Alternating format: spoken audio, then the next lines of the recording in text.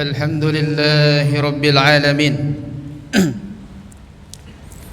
حمدا دائما أبدا حمدا يليق بجلاله وعظيم سلطانه أشهد أن لا إله إلا الله وحده لا شريك له وأشهد أن محمدا عبده ورسوله شهادة تنجي قائلها من عذاب أليم اللهم صل وسلم وبارك على نبينا محمد وعلى آله وأصحابه ومن سار على نهجه إلى يوم الرحيل أوصيكم وإياي نفسي بتقوى الله فقد فاز المؤمنون المتقون حيث قال جل جلاله في محكم تنزيله بعد أن أعوذ بالله من الشيطان الرجيم يا أيها الناس اتقوا ربكم الذي خلقكم من نفس واحدة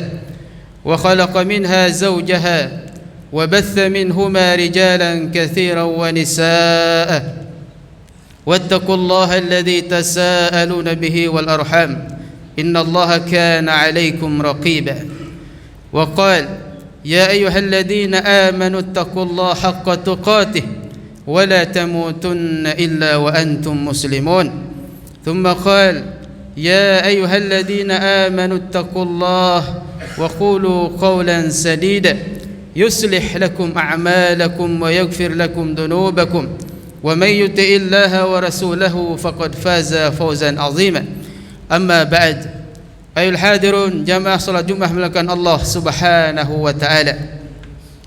Puji syukur kita panjatkan kehadirat Allah yang telah memberikan kenikmatan iman, kenikmatan sehat, kenikmatan kesempatan, terutama kita mampu melaksanakan kewajiban kita hari ini, melaksanakan salat Jumat berjamaah. Salawat dan salam semoga senantiasa tercurahkan buat Nabiullah Muhammad sallallahu alaihi wasallam yang telah mengeluarkan umatnya dari menyembah manusia menuju menyembah Tuhannya manusia, yaitu Allah Subhanahu wa ta'ala.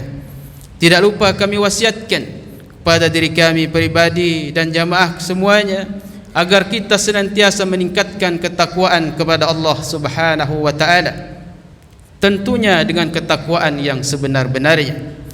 Hadirin jamaah Jumat melakukan Allah Subhanahu wa ta'ala, hari ini kita akan membahas satu tema yang sangat penting, yaitu cara Allah Subhanahu wa ta'ala membersihkan dosa setiap hambanya. Setiap mukmin mempunyai cita-cita yang sangat mulia, dan itu harus terpatri dan tertanam dalam diri kalbu setiap mukmin. Namun banyak di antara muslimin dan mukminin yang tidak mengerti mana cita-cita yang harus dia gapai dan mana cita-cita yang sifatnya semu. Kebanyakan di antara muslimin menanamkan cita-cita yang sifatnya semu, yang fana, yang dia tidak ada manfaat baik dunia dan akhiratnya. Maka oleh karenanya kita harus menggapai cita-cita yang mulia, yaitu bagaimana kita nanti bisa dimasukkan oleh Allah Subhanahu wa ta'ala ke dalam surganya. Tentunya cita-cita ini adalah cita-cita setiap kita orang yang beriman kepada Allah Subhanahu wa ta'ala. Bagaimana nanti kita akan dimasukkan oleh Allah Subhanahu wa ta'ala ke dalam surganya. Karena kebanyakan di antara kita yang belum mengerti apa cita-cita yang harus dia tanam dalam kehidupannya, maka banyak yang kita lihat ada yang berlomba-lomba mengejar dunia, menanam sahamnya di dunia, dan dia menyangka bahwa apa yang dia tanam berupa materi dunia itu akan mengekalkannya, padahal semuanya akan ditinggalkan olehnya.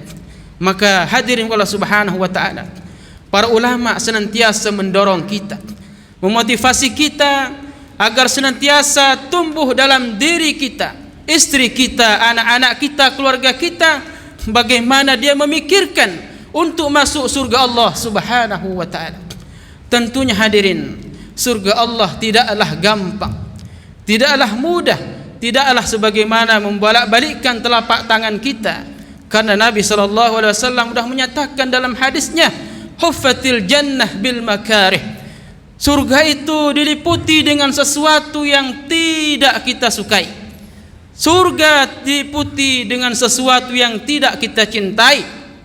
Bahkan sebaliknya, neraka jahannam huffatin nar bisyahwat. Neraka senantiasa diliputi dengan sesuatu yang kita cintai. Maka jangan heran ketika ajakan ke neraka banyak yang berlomba-lomba dan mengantri, karena memang penuh dengan kenikmatan syahwat. Beda halnya dengan surga yang menjadi tempat yang indah yang akan kita tempati. Tentunya perjuangan yang berat, perjuangan yang sulit untuk masuk ke surga Allah Subhanahu wa taala. Maka oleh karenanya hadirin, kita sebagai seorang mukmin tentunya harus berjuang. Berjuang demi apa? Berjuang demi agar kita dimasukkan oleh Allah Subhanahu wa taala ke dalam surga. Tentu kita tahu bahwa ada penghalang terbesar yang menyebabkan kita tidak layak dimasukkan oleh Allah Subhanahu wa taala ke dalam surganya. Apa penyebab itu? Penyebabnya adalah maksiat dan dosa yang kita lakukan. Selama maksiat dan dosa tertanam dalam diri kita, maka tidak layak bagi kita untuk masuk ke surga Allah Subhanahu wa taala. Karena surga adalah tempat yang bersih dan indah, sementara manusia yang penuh dengan maksiat dan dosa itu adalah manusia kotor. Maka sesuatu yang bersih tidak pantas disandingkan dengan sesuatu yang kotor. Selamanya tidak akan pernah bersanding. Hadirin Allah Subhanahu wa taala, maka dosa dan maksiat ini harus kita jauhi, harus kita tinggalkan, baik yang kecil ataupun yang besar. Maka maksiat inilah penghalang terbesar kita. Ada maksiat yang kecil, ada maksiat yang besar.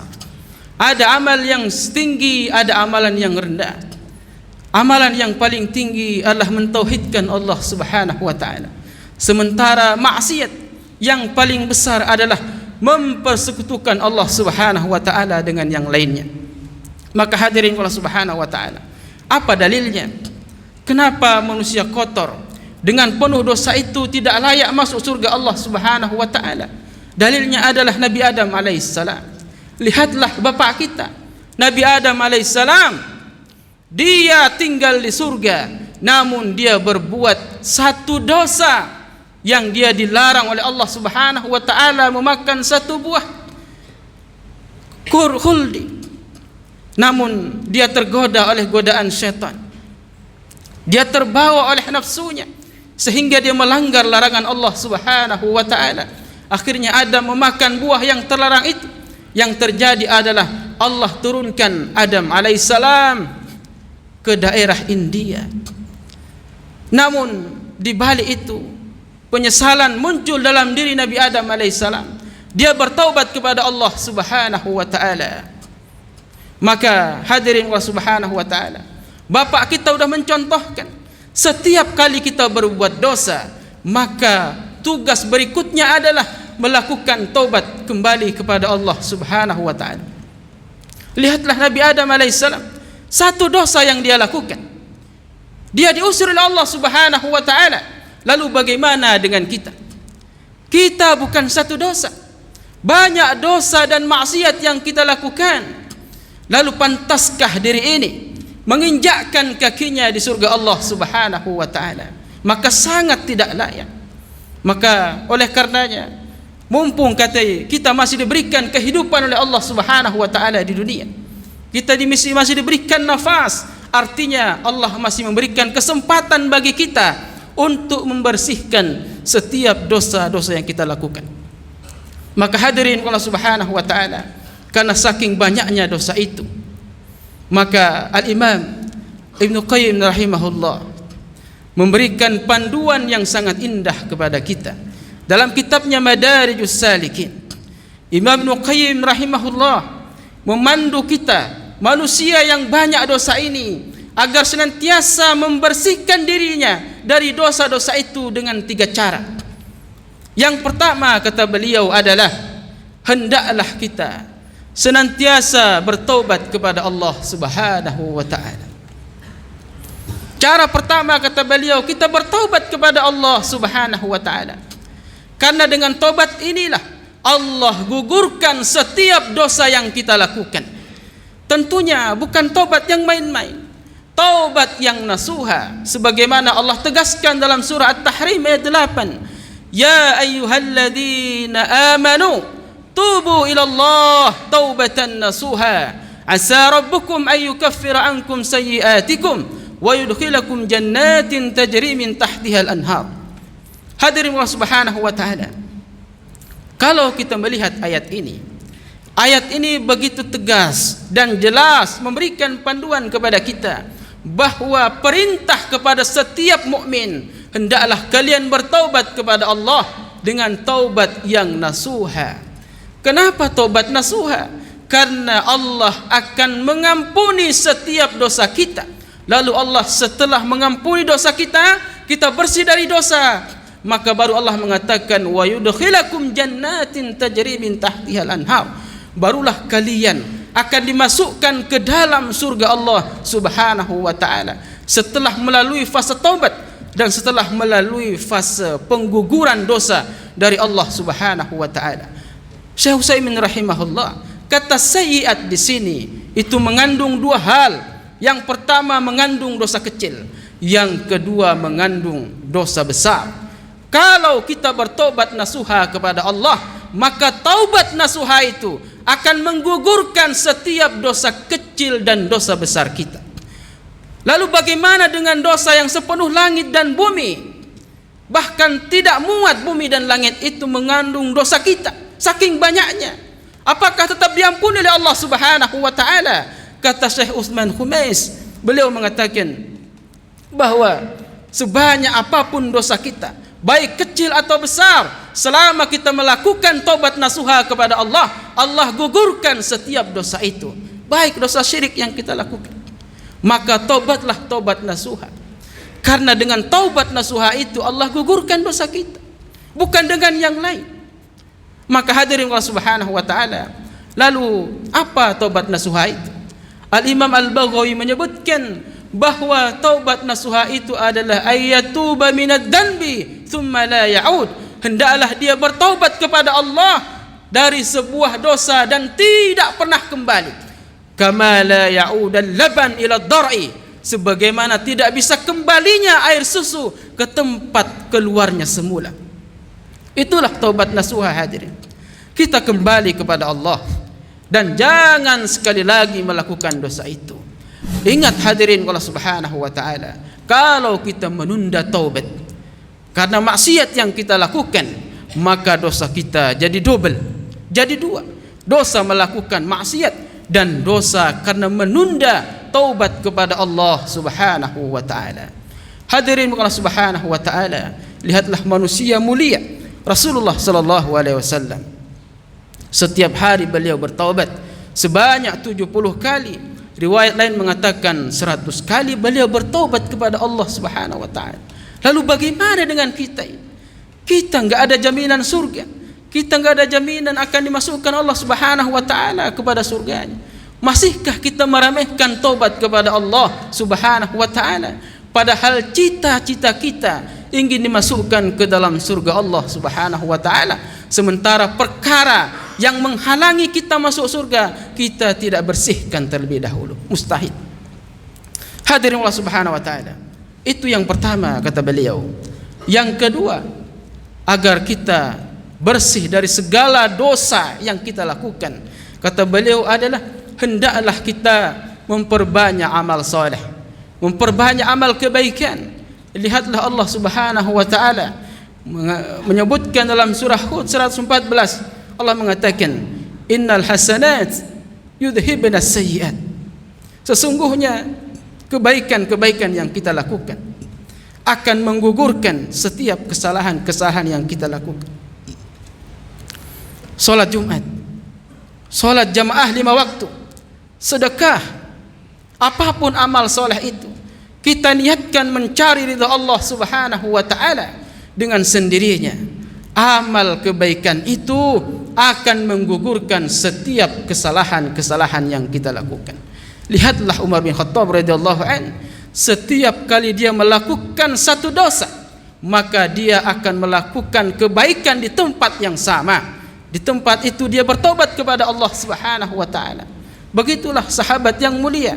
Setiap kali kita melakukan dosa dan maksiat kepada Allah Subhanahu wa ta'ala, segeralah kita iringi dengan kebaikan-kebaikan. Kita iringi dengan amal-amal soleh. Tentunya amal soleh itu sangat banyak. Kemudian yang ketiga kata beliau adalah, agar dosa kita diampuni Allah Subhanahu wa ta'ala, hendaklah kita senantiasa bersabar di atas ujian yang Allah berikan kepada kita. Ujian sangat banyak, dan namun banyak di antara muslimin tidak kuat menghadapi ujian itu. Mereka tidak sabar di atas ujian Allah Subhanahu wa ta'ala. Mereka tidak tahu bahwa di balik ujian itu ada pahala yang menunggu kita, yaitu surga Allah Subhanahu wa ta'ala. Lalu kenapa ujian itu datang kepada setiap mukmin? Jawabannya adalah dalam hadis Rasulullah sallallahu alaihi wasallam, ma yazalul mu'min wal mu'minah, la yazalul bala bil mu'min wal mu'minah fi nafsihi wa malihi wa waladihi hatta yalqa Allah wa ma alaihi al khati'ah. Setiap mukmin laki-laki dan mukmin perempuan akan diuji dengan ujian yang menimpa dirinya, kematian, kemudian menimpa anak-anaknya dan menimpa hartanya, hatta yalqallah, sampai dia menghadap Allah Subhanahu wa ta'ala, wa ma alaihil khati'ah, dan dia tidak membawa satu dosa pun. Berarti hadirin, ujian yang Allah berikan kepada kita tujuannya adalah agar dosa kita diampuni oleh Allah Subhanahu wa ta'ala, karena di sana ada satu dosa yang tidak mampu digugurkan oleh amal-amal soleh kita. Dia hanya mampu digugurkan oleh musibah-musibah atau ujian-ujian yang Allah berikan kepada hambanya. Maka oleh karenanya, mari kita bersabar di atas ujian yang Allah berikan kepada kita. Tidakkah kita malu kepada Nabi Ayub alaihissalam? 18 tahun diuji oleh Allah Subhanahu wa ta'ala dengan penyakit yang menimpa dirinya, badannya, menimpa istrinya dan anak-anaknya, hartanya, semuanya lari darinya. 18 tahun beliau menderita itu. Beliau bersabar karena dia tahu ada pahala yang besar. Apa kata beliau? Rabbi inni massaniyad durru wa anta arhamur rahimin. Di saat ujian besar itu menimpa beliau, beliau masih memuji Allah Subhanahu wa ta'ala. Ya Rabbi, wahai Tuhanku, aku ditimpa musibah yang sangat luar biasa ini. Anta arhamur rahimin, engkau adalah sebaik-baik maha penyayang. Dia sentiasa memuji Allah Subhanahu wa ta'ala. Artinya apapun ujian yang Allah berikan kepada kita, kita hadapi dengan kesabaran dan tetap memuji Allah Subhanahu wa ta'ala, dan jangan suuzon kepada Allah, karena di balik ujian itu ada kemuliaan dan hikmah yang sangat besar yang Allah berikan kepada kita. Barakallahu li wa lakum wa nafa'ani wa iyyakum bima fihi minal ayati wa dzikril hakim, wa taqabbalallahu minni wa minkum tilawatahu innahul ghafurur rahim.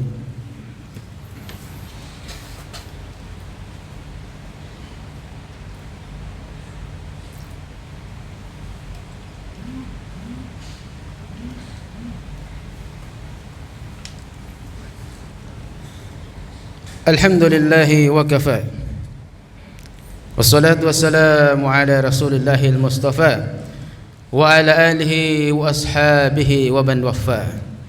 Asyhadu an la ilaha illallah wahdahu la syarika lah, wa asyhadu anna muhammadan abduhu wa rasuluhu, syahadatan tunji qailaha min adzabin alim. Hadirin jamaah jumlakan Allah Subhanahu wa ta'ala, mendengarkan pemaparan khutbah yang pertama, maka dapatlah kita mengambil sebuah kesimpulan bahwa pertama, hendaklah kita senantiasa menanamkan dalam diri agar kita bercita-cita untuk masuk surga Allah Subhanahu wa ta'ala. Dan yang kedua, hendaklah kita menyingkirkan segala penghalang yang menghalangi kita dari masuk ke surga Allah Subhanahu wa taala berupa maksiat, berupa dosa baik yang kecil ataupun yang besar.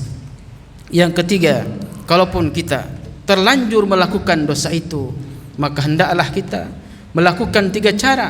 Yang pertama, kita bertaubat nasuha kepada Allah Subhanahu wa taala. Yang kedua, hendaklah kita senantiasa memperbanyak amal soleh, amal kebaikan, tentunya diniatkan mencari ridha Allah Subhanahu wa taala.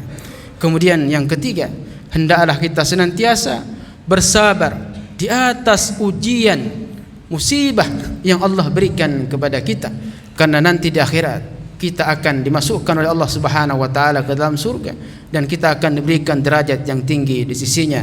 Amin ya rabbal alamin.